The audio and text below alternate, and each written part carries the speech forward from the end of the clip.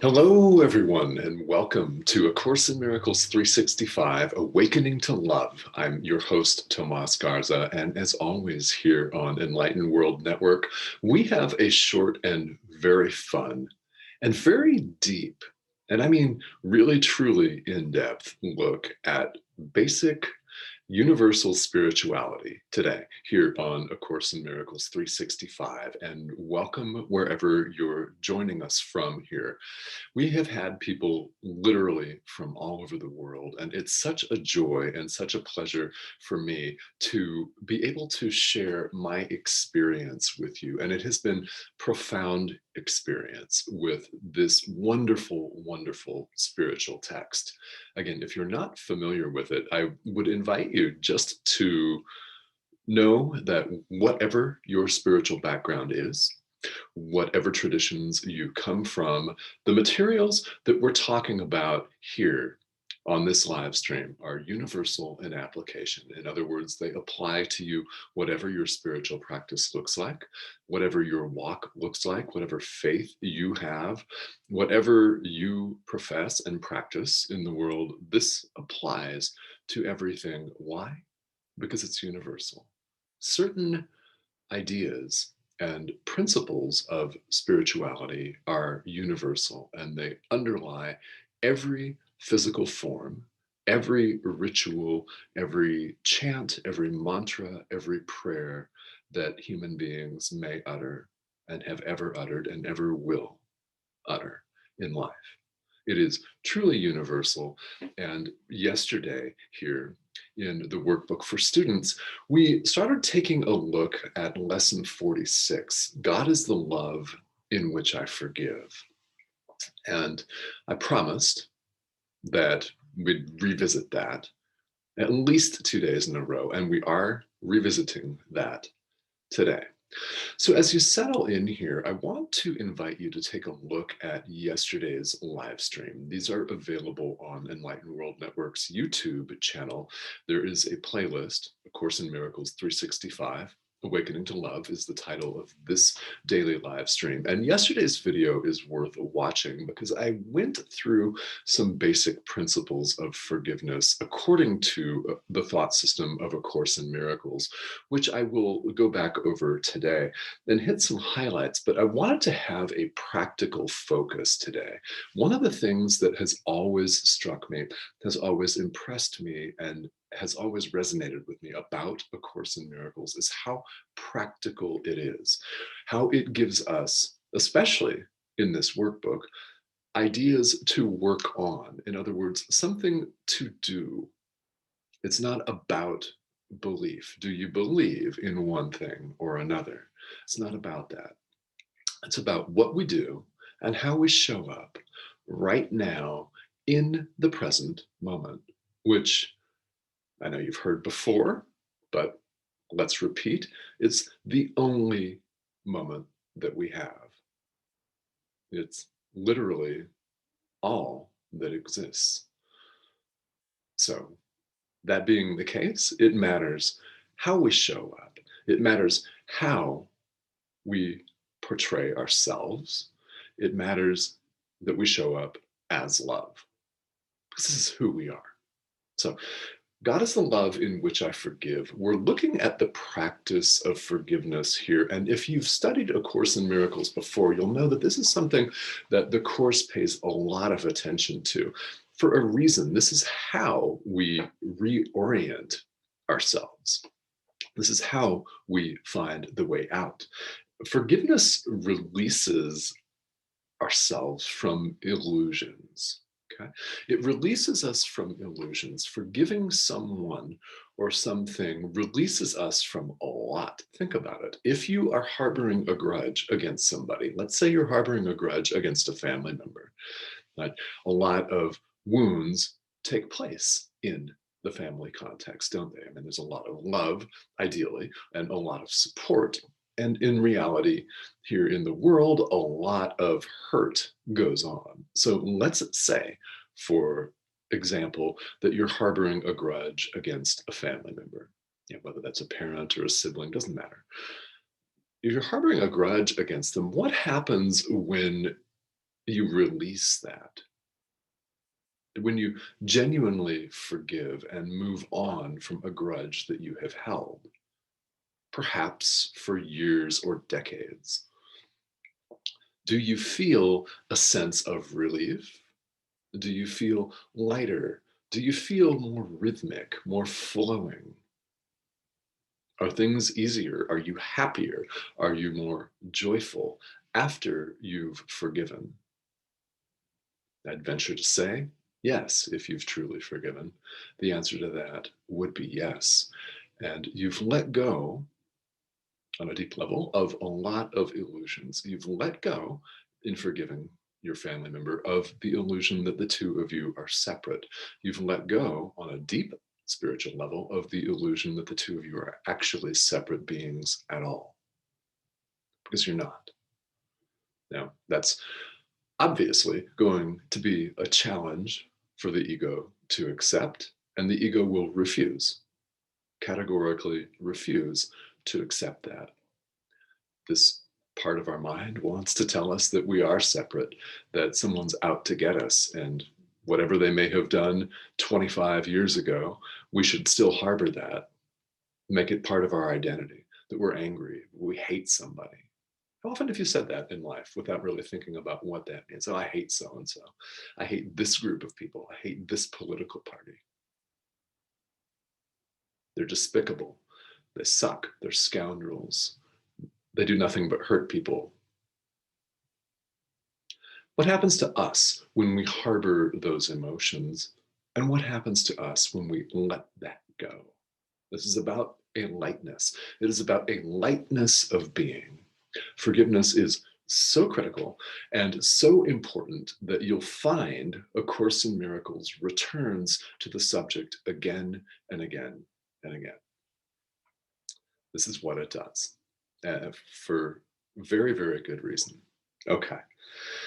So I want to just bring us back before we look at how we actually practice this in the real world. Sentence number one right here. God does not forgive because he is never condemned. We talked about this yesterday in the live stream. God does not forgive because he has never condemned. Now, we, on the other hand, have condemned a lot. We have judged a lot, haven't we? Habitually. Sometimes with clear intention, sometimes not even knowing we're doing it, not realizing it. But God, being perfect love, has never condemned. Therefore, he does not forgive. It's only necessary for those of us who have attacked one another, who have held ourselves out as separate and lashed out in anger, fear, frustration, whatever the emotion is, whatever you want to call it. It's a manifestation of fear, manifestation of having felt separated from someone else. So forgiveness is really, really important. And even though God does not forgive because God is love, love is, in fact, the basis of forgiveness. Fear condemns and love forgives, as the Course tells us. And forgiveness undoes what fear has produced. It undoes the illusion of ourselves being separate. Let's take the example of a family member again, as we used a couple of minutes ago. It undoes the idea that you and someone else are separate, that you're having your own separate experiences and can somehow be hurt by one another, ultimately, deep down. Now, it undoes all of these illusions. It's part of the beauty of it. So how do you forgive? How do you practice? Well, I would say, as I did yesterday, start where you are. Very, very important. You start with what you're capable of doing in a given moment, because all we have is right now. So I used this example yesterday of a pet dog. I'll do that again. If all you can do right now is forgive the dog for peeing in the living room, then that is what you can do right now. So do that. It does not matter if you're not right now, today, in a position where you feel like you want to or you can forgive a family member, let's say your mom or your dad, for instilling in you a pattern of fear from time immemorial because their parents instilled that in them and society instilled that in them, and therefore it gets passed down to us, and so on and so on and so on. So if you're not able to do that, what are you able to do? This is where the workbook for students comes in, because we are all, if we really make the decision to do it, we're all capable of doing something. We're all capable of affecting this deep level change, which, as we come to discover in the end, is not really change at all. This is who we've always been, and we're simply removing the barriers to our awareness of that. This is what spiritual practice is. It is removing the barriers to our awareness of love, of who we really are, the living, breathing experience. We're not people or beings who love, we are love itself. So in this practice period, it's very helpful.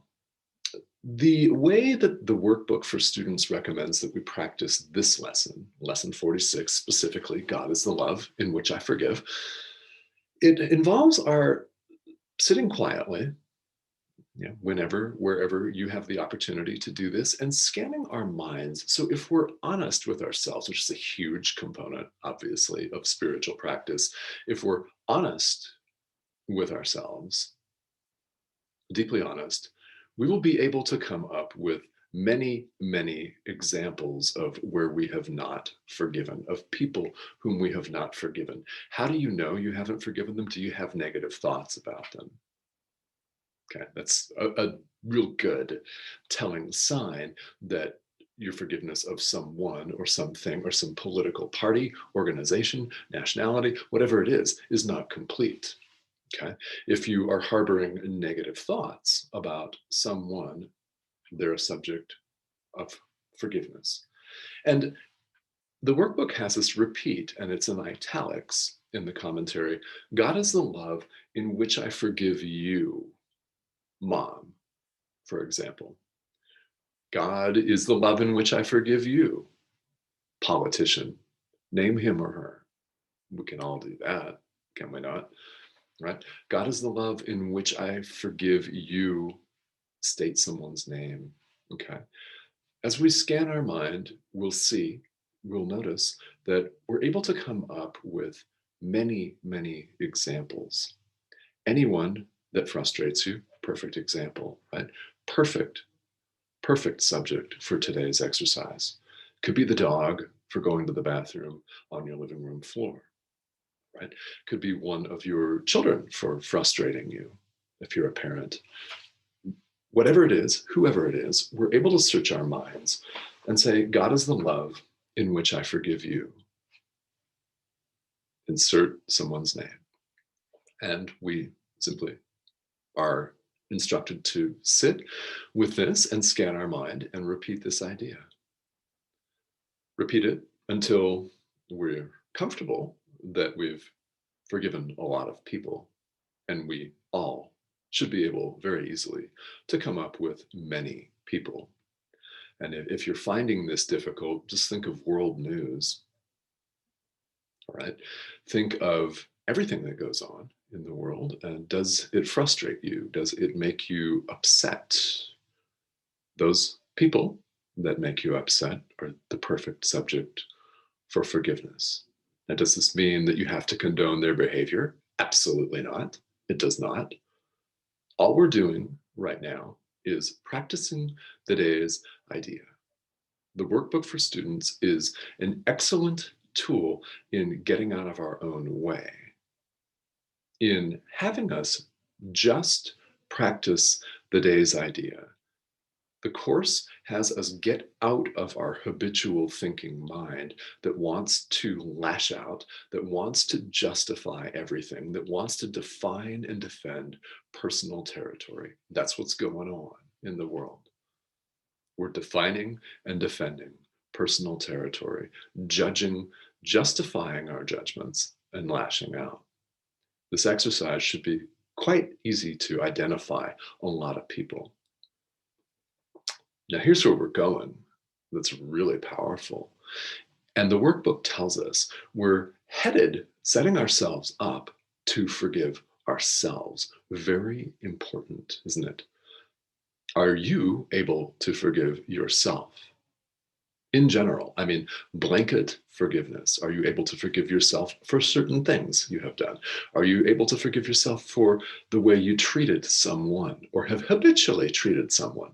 Maybe, right? Something you said at a given point in time. Are you able to do this? Many people are. Many, and you may include yourself among these, are not. They find it more difficult to forgive themselves than someone else across the world.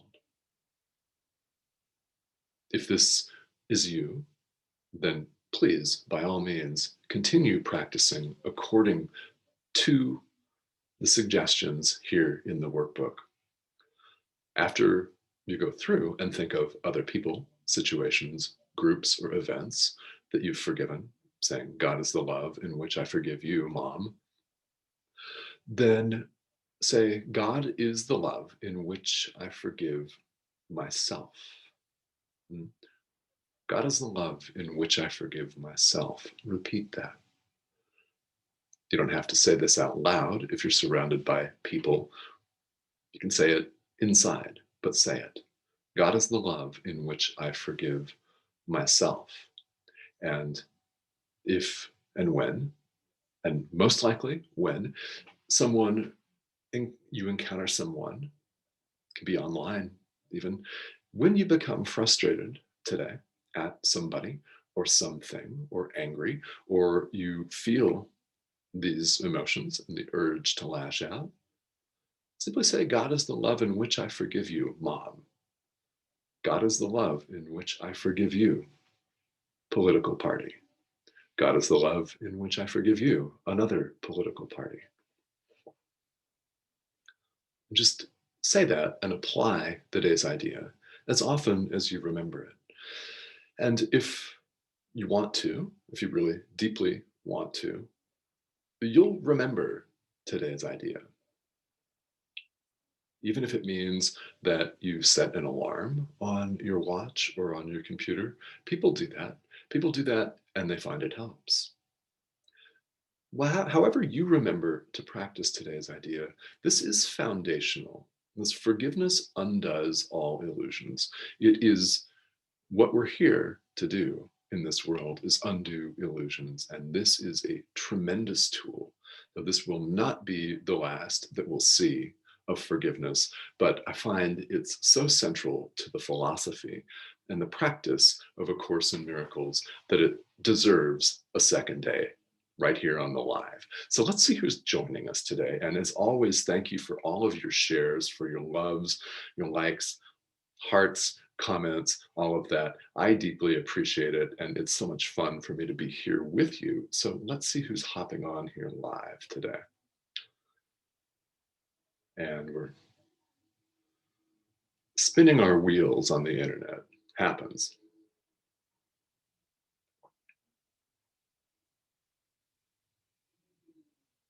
And we've got a few people on here. Thank you. Yeah, thanks for joining me. Take a minute. Isabel, hello, how are you? And thank you for watching. And looks like Annika. Am I pronouncing that correctly? Annika, yes. Happy Thursday. Good morning from New Zealand. All right. Thank you very much for tuning in. So we literally have an international crew here. This makes me so happy. We've had people from Australia, from Asia, Europe. There are people that join us routinely from Europe. I'm in North America. So it's global. And I really love that. So thank you all for tuning in. If you have any specific questions or comments, feel welcome to type them right here in the chat. This is one thing that I always do on here is I'm happy to be a resource for you, not just to present the live stream, but also to answer questions. And if you're catching this on the replay, feel free to share if you know of people that would be interested not just in this show, but also in the network's programming on Enlightened World Network. And we are always adding new shows a profound depth, and there are some amazing teachers and some amazing content on here. So yeah, we appreciate all of your shares, and comments are always welcome. So if you don't think of something until after the live stream ends, that's fine. Feel welcome to type them in the comments and I will get back to you on that. So however you practice forgiveness, this is such an important thing, and it just benefits everybody. It benefits you yourself in the sense of release and lightening, and it also benefits the other person or the other people, even if they're not aware that you're doing it. And they don't have to be.